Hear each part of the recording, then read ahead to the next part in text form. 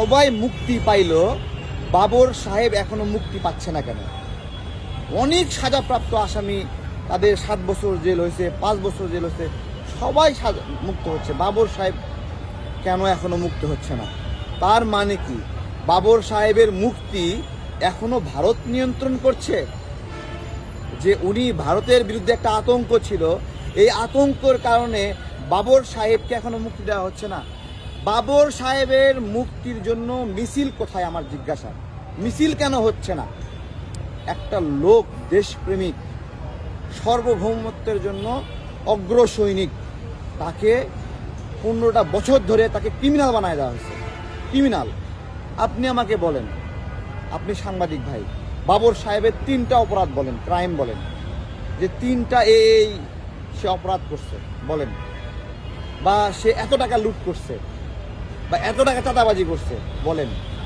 সাচ্চা দেশপ্রেমিক একজন মানুষকে খারাপ বলতে বলতে বলতে তাকে নিষিদ্ধ বানায় দিচ্ছে এইরকম। এবং এমনও বলছে হুইল চেয়ারে বসা বাবর বলছে যে ক্ষমতা চিরদিন থাকে না, মানে স্বৈরাচার একটা দেশপ্রেমিক মানুষকে নির্যাতন করছে, সেটা নিয়েও ট্রোল হয়েছে যে ক্ষমতা চিরদিন থাকে না। একটা মানুষ যখন দেশে দায়িত্বে ছিল, আমাদের সীমান্ত সুরক্ষিত ছিল, সীমান্তে নাগরিক হত্যা করতে ইন্ডিয়া ভয় পাইছে যে 10 ট্রাক অস্ত্র বাবর সাহেব ঢুকিয়েছিল। 10 ট্রাক অস্ত্রের সঙ্গে যারা জড়িত তাদেরকে বাংলাদেশের নাগরিক হিসেবে স্যালুট দেই। ওই 10 ট্রাক অস্ত্র জায়গা মতো পৌঁছালে আজকে বাংলাদেশ নিরাপদ থাকতো। আজকে এইখানে ষড়যন্ত্র হয়, কক্সবাজার ষড়যন্ত্র হয়, চট্টগ্রামে পার্বত্য এলাকা, খাগড়াছড়ি, বান্দরবান নানা ষড়যন্ত্র হয়। এখানে ষড়যন্ত্র করে গুলি করে ভারতে ত্রিপুরায় গিয়ে লুকায় পড়ে, আসামে গিয়ে লুকায় পড়ে। ভারত এই সন্ত্রাসীদের জায়গা দিচ্ছে। জায়গা মতো 10 ট্রাক অস্ত্র ভারতের স্বাধীনতাকামীদের কাছে যাইতো, তাহলে দেখতেন যে যেই অঞ্চলগুলোতে ভারত সরকার নিপীড়ন করে, জুলুম করে, বৈষম্য করে, সব ভারতের সব জায়গায় কি উন্নত বলেন? হ্যাঁ, ভারত সরকারকে টয়লেট বানানোর জন্য টাকা দিছে বিশ্বব্যাংক, সরকার সেই টাকা মাইরে খাইছে। ভারতে টয়লেট নাই এখনো। 60 কোটি জনতা খোলা আকাশে হাউ করে কেন? এটা বৈষম্য না?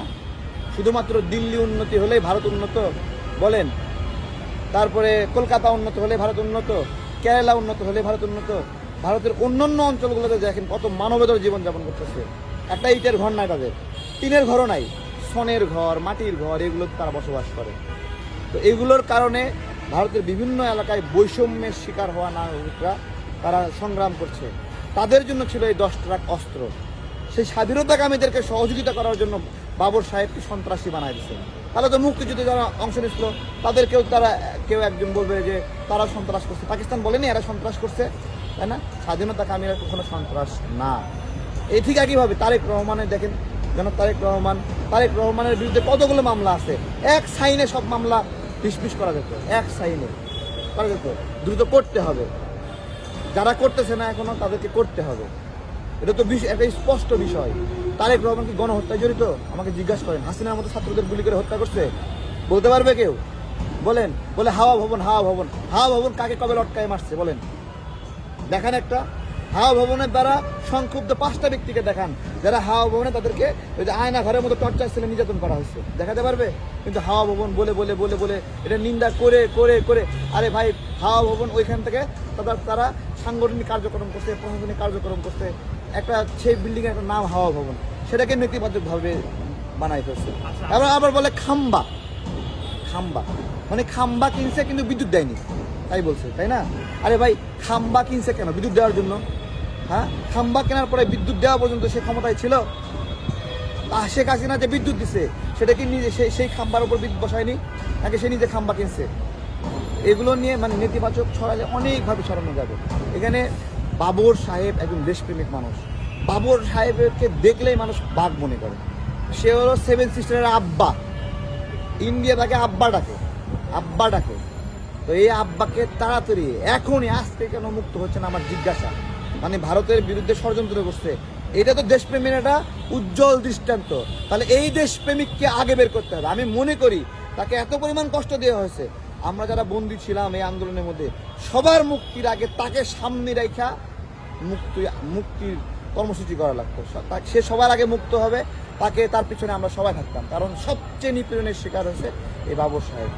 আমি এই মুহূর্তে এখন যারা অ্যাটর্নি জেনারেল আছে, প্রশাসন আছে, ডক্টর ইউনূস স্যার আছে, সবাইকে বলি আপনারা বাবর সাহেবের বিষয়ে দ্রুত সিদ্ধান্ত নেন এবং একদিনের মধ্যে তাকে মুক্তের ব্যবস্থা করেন।